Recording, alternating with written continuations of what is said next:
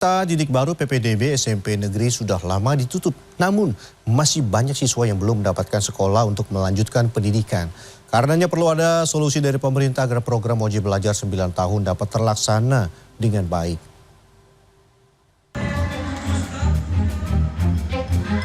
MPLS atau masa pengenalan lingkungan sekolah bagi siswa baru sudah dilaksanakan sejak Senin 21 Juli lalu. Namun masih banyak siswa yang hingga hari ini belum mendapatkan sekolah lantaran tidak lolos penerimaan peserta didik baru PPDB lalu. Kondisi ekonomi menjadi kendala untuk mendaftar ke sekolah swasta.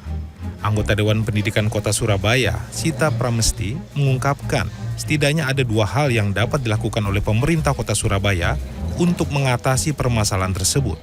2 hal ya, dia dimasukkan di negeri, jadi kalau ada bangku kosong, di data berapa yang bangku kosong mungkin karena siswanya mengundurkan diri atau bagaimana itu diisi sama anak-anak yang tidak bisa masuk sekolah, yang tidak bisa diterima di sekolah negeri dan dia menginginkan di negeri karena faktor ekonomi.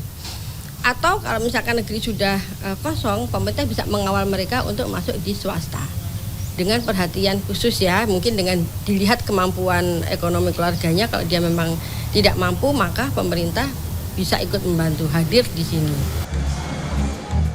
Sejalan dengan pemikiran tersebut, Wali Kota Surabaya Eri Cahyadi menegaskan, saat ini pemerintah kota telah memiliki program bantuan bagi para siswa yang tidak lolos PPDB untuk melanjutkan pendidikan ke sekolah swasta, kendati terkendala kondisi ekonomi. Yang kita utamakan adalah keluarga gakin dan pramiskin. Data kita itu adalah keluarga gakin dan pramiskin. Sehingga kalau sekarang itu dia masuk keluarga miskin, ketika masuk swasta pun itu digratiskan oleh pemerintah kota. Ketika masuk keluarga pramiskin pun itu digratiskan oleh pemerintah. Siswa yang hingga hari ini belum mendapatkan sekolah lantaran terkendala kondisi ekonomi serta termasuk dalam keluarga miskin atau pramiskin bisa melakukan pendaftaran ke sekolah swasta terdekat dan mendapatkan fasilitas dari pemerintah Kota Surabaya berupa pendidikan gratis. Aga Dipa, Heru Sudarmanto, Surabaya, Jawa Timur. Kejaksaan Agung melakukan pemanggilan kedua terhadap Menko Bidang Perekonomian Indonesia Erlangga Hartanto pada Senin pagi. Erlangga diperiksa sebagai saksi dalam kasus dugaan korupsi pemberian fasilitas ekspor minyak sawit mentah atau CPO. Sebelumnya Erlangga mangkir di pemanggilan pertama dirinya sebagai saksi dalam kasus ini pada Selasa lalu. Kapus Penkum Kejagung Ketut Sumedana mengatakan pemeriksaan terhadap Erlangga dilaksanakan pada pukul 9 waktu Indonesia Barat. Ketut memastikan pemeriksaan Erlangga sebagai saksi dalam kasus mafia minyak goreng CPO akan tuntas hari ini.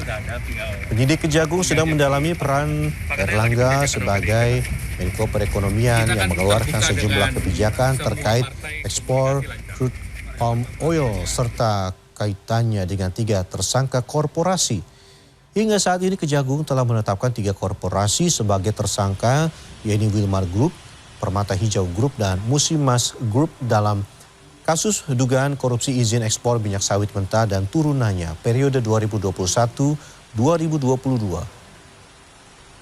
Yang digali terkait dengan kebijakan, terkait dengan pelaksanaan kebijakan, terkait dengan evaluasi kebijakan, karena ini terkait dengan 3 tersangka korporasi yang sudah kita tetapkan sebagai tersangka.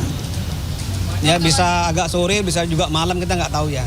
Yang penting pemeriksaan bisa tuntas.